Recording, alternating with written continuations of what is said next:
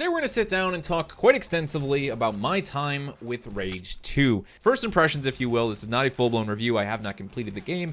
We might revisit this discussion once I have, but I feel like I've experienced enough of Rage 2 at this point to sit down and really talk heavily about the gameplay and narrative experience that Rage 2 offers, and where the game kicks a lot of ass and where it maybe doesn't kick that much ass. This might be the perfect video for you if you are undecided on whether or not you want to pick up and play Rage 2 in the coming days, weeks, and months. So let's start at the beginning, because there's a lot to talk about with this game, and I will say up front that I am thoroughly and deeply enjoying my time with Rage 2. The game feels, in a lot of ways, predictable. I mean that in the best possible way. Hear me out here. You've got two studios that have come together to make this crazy open world FPS creation, id and Avalanche Studios. And I think there are two studios that over the many years they've been developing and releasing games have clearly defined their strengths and weaknesses. I would not look at an id game or an Avalanche Studios game and expect a super strong narrative filled with great character development and locations that are just oozing with story and narrative. If that happens, great. And there's actually some decent characters in a lot of the games that Avalanche Studios have worked on, and a lot of the games that id have worked on. But again, I don't expect it, and their games definitely aren't filled with phenomenal narrative and character developments. They are both, however, masters of their own unique gameplay experiences. Id is obviously legendary for their first-person gunplay, for their more linear type environments. Avalanche, legendary for their open worlds, the sandboxes that they then populate with so many incredible tools that allow the player to have moments they simply cannot have in any game anywhere else. Those strengths and weaknesses very much shine through in this collaborative creation that is Rage 2. So why don't we start by talking about the weak side of Rage 2, the parts of the game that so far I am not enjoying and that I think could bring down the rest of the experience for people looking for this particular thing to carry a lot more weight than it currently does. Rage 2 doesn't have a great narrative. It doesn't have a lot of exciting or interesting characters that you want to come back to. And that means that a lot of its open world, yes, does feel uninspired. I see that a lot with, a lot of the reviews that I've read out there, a lot of the ways in which people are talking about the game who aren't enjoying it. They say the open world is uninspired. I think from a gameplay perspective, like the design of the open world from a physical perspective is fantastic. It's one of the best open worlds I've ever had the pleasure of exploring and shooting stuff in. I'm like so glad that I get to drive all these awesome vehicles in it and, seamlessly jump out of the vehicle and go shoot things in the face, because there's just so much verticality to the world design. It's so beautiful and rich and detailed. It is stunning. Like from a full-blown visual perspective, the open world of Rage 2 is absolutely phenomenal. But from a narrative perspective, it falls short in just about every single way. When I play a big open world game like this and I go into like a city center or a small town like Wellsprings, I want that to be a place where I kind of want to spend downtime. Like the best open world RPGs, the best open world games, period, have like little safe spaces, places where you can go hang out and just kind of soak up the atmosphere. Now, Rage 2's open world and even its little city centers are filled with atmosphere. I just want to sit around and take photos of this game all day long. And here's two that I took of Wellsprings, one at day and one at night. Like the neon aesthetic and the color palette of Rage 2 is phenomenal. Like visually, the game is pure eye candy. But outside of just kind of looking at it, I don't really want to spend time in Wellsprings. There's no one character there that makes me excited to come back. There's no one location there where I feel like I've got a bit of comfort food and I can just sit down and kind of be like, yeah, let me just roleplay this up a bit and sit at this tavern here. I think at the end of the day, Rage 2 goes a little bit too all in on the everything is shit post-apocalyptic vision of their world, and that's probably exactly what they were aiming for. But it does create an environment where the player feels unwelcome, even in spaces where they should feel welcome. And from a narrative perspective, I don't necessarily think that's a good thing. You know, I want Wellsprings to be a more memorable location, but it's just a bunch of eye candy with a bunch of vendors whose names I'll never remember, with character backgrounds that I don't know, and even if I did know, I'd probably forget within the first 5 seconds of walking away from them. There are some good characters in Rage 2, but they're mainly tied to the game's core story path. And not all of them are fantastic, and not all of them are around long enough for you to feel like you can even build a relationship or a connection to them. I will say, the one character that seems to have some sort of like a, yes, I really like you, is Dan Hagar's daughter, who is the mayor of Wellsprings. You can go in and talk to Lucem Hagar, and there's a whole story across the game's, you know, main narrative, main arc, that involves her, and she's great. I'm like, hell yeah, I love this character, dude. Like, Dan Hagar was a great character, voiced by an amazing actor, but there's not enough of that, right? There's bits of it. You know, the traveling salesman, the guy who sells you cheats in this game. There's some of it, there's just not enough of it. And I think that's where a lot of people are going to struggle to connect themselves to the world of Rage 2, to feel like anything they do matters, to feel like any of the time they spend there is worth spending. Now, if you're looking for like a straight up kick-ass gameplay experience, and you're not really concerned about how mediocre the narrative and the characters that exist within it might be, then Rage 2 has got some serious stuff to offer. So let's talk about Rage 2's gameplay experience. In order to do that, I want to quickly reference The Legend of Zelda Breath of the Wild.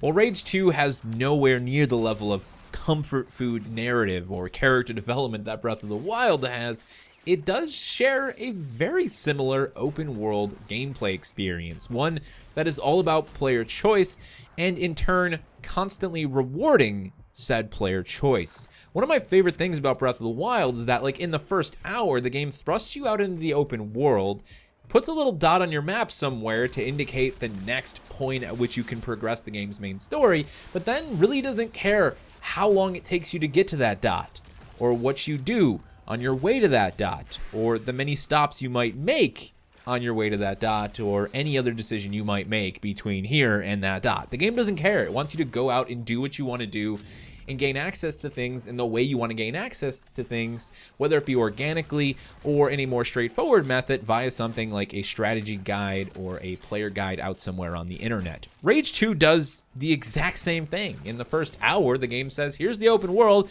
here's a couple dots for the game's main story narrative, but here's a massive chunk of things you will inevitably run into on your way there.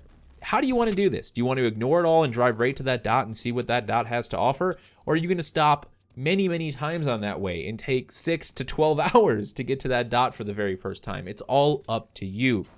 You will be faced with challenges that you will sometimes not be able to overcome, but the path that you have to take to progress from a power perspective will always be clear. And in Rage 2, it's presented in a way that allows the player to handpick perks, upgrades, crafting unlocks for their abilities, for their weapons, for their vehicle that align with their desired playstyle.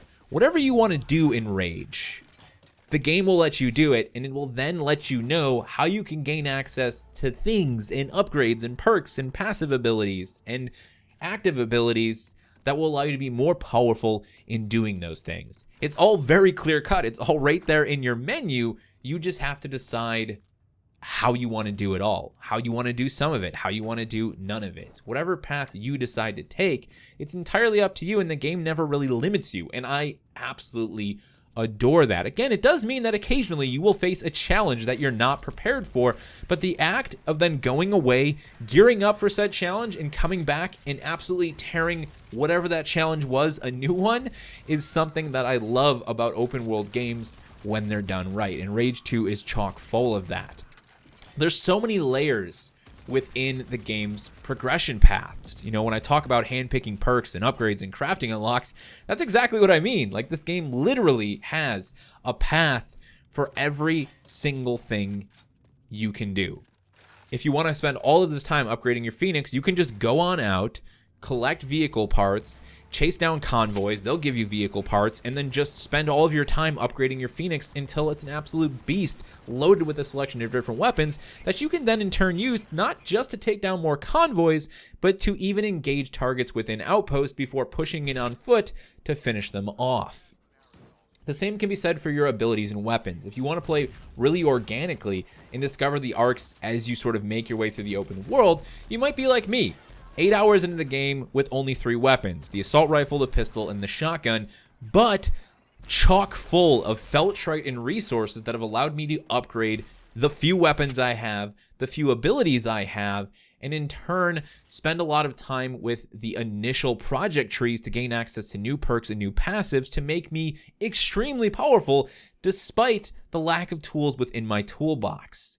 You could play, again, in a more strategy guide focused manner where you go and find all of the arcs that you can possibly gain access to outside of the game's main narrative, get as many weapons as you can, as many powers as you can, and have all of that variety, but maybe not be as powerful in any one way because you haven't spent time upgrading those systems. It's entirely up to you.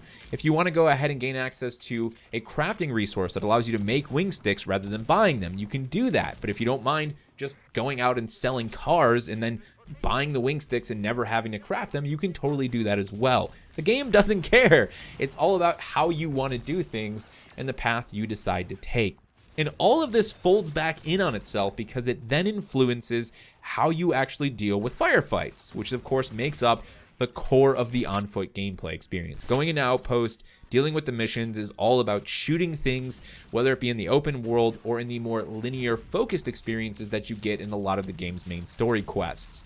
And this is where the game, in my opinion, has the potential to be like endlessly replayable and always fun.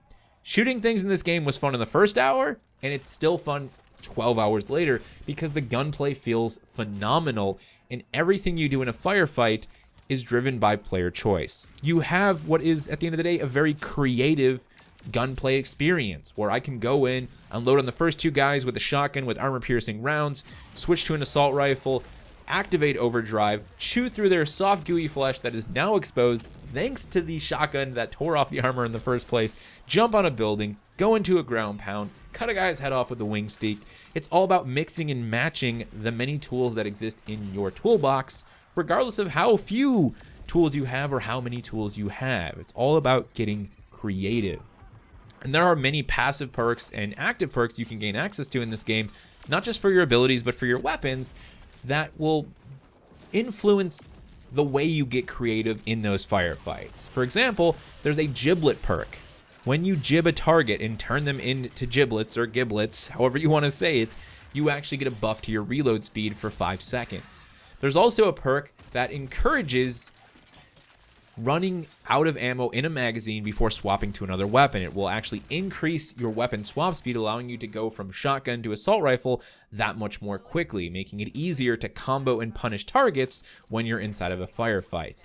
And it just keeps going. Look at every single upgrade in this game, every single ability, and there is a layer beneath it that allows you to expand its power, expand its range, but then perks that allow you to further modify the way it performs in combat to better suit your personal playstyle. You can get as creative as you want to get in this game, and it will constantly reward you and encourage you to do so. That's what makes Rage 2 fun at the end of the day. It's all about that core gameplay loop and all the things that connect to it, always influencing what happens when you pull the trigger and start shooting bad guys.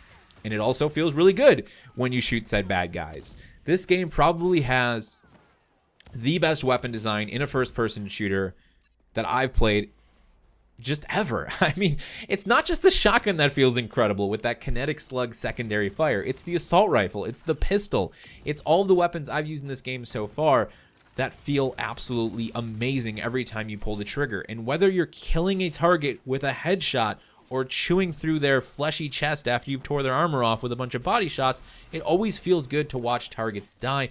And to boot, the AI is hard to hit in this game, just like the first Rage. They don't just run straight at you. They don't just stand there. They're constantly moving, running along walls, zigging and zagging, ducking and dodging. It means that pulling off a headshot in this game is just a little bit more rewarding than it might be in another game. everything Rage 2 does is really there to empower that core gunplay experience. The things that happen once you're in a firefight with the bad guys. And that is very much why I have loved my first 12 hours with Rage 2. The vehicle combat is also very strong, as you'd expect from an Avalanche Studios game. It really does feel like an expansion of what they did with Mad Max, you know, putting guns on the car that you get, obviously, and then expanding the defensive and offensive capabilities of things like the convoys, the vehicles that run with the convoys. Just feels like an expanded version of the convoy takedown systems that you got in Mad Max, and it's really, really enjoyable. While the majority of the game is spent on foot, there's plenty to offer for people who love the vehicle stuff. You know, getting out, doing those convoys, doing open world races. There's also the actual race circuit itself, not to mention all the Mutant Bash TV stuff we didn't talk about. This game really does have a lot to offer. And again, while none of it is very strong from a narrative perspective, from a gameplay perspective, Rage 2 never stops excelling. It never stops trying to make you grin. Whether or not it makes you grin is going to be entirely up to you, but I hope now that you've watched this video, you've got some better perspective on the experience that Rage 2 has to offer. Thank you so much for watching. Feel free to leave any of your thoughts down in the comment section below. I am, as always, guys, streaming every single Tuesday, Wednesday, Thursday, and Saturdays. Sometimes we have a stream on Friday. My Twitch is, at this point, just me playing through games like Rage 2. New games come out, we'll be playing through them live on Twitch from start to finish. I'm even going to be going back and doing playthroughs of older games that I haven't finished, or brand new playthroughs, second playthroughs of things like Breath of the Wild. This holiday season, I want to do like a winter playthrough for Breath of the Wild, modded over on PC. If you like that sort of thing, consider clicking the Twitch link down in the description below, giving me a follow, turn on notifications, come join us in chat. We're always having a good time talking and playing games. Once again, thank you all so much for watching, and I will see you in the next one. Earthlings, step forward. You have been brought here for a purpose, the most important task of your lives.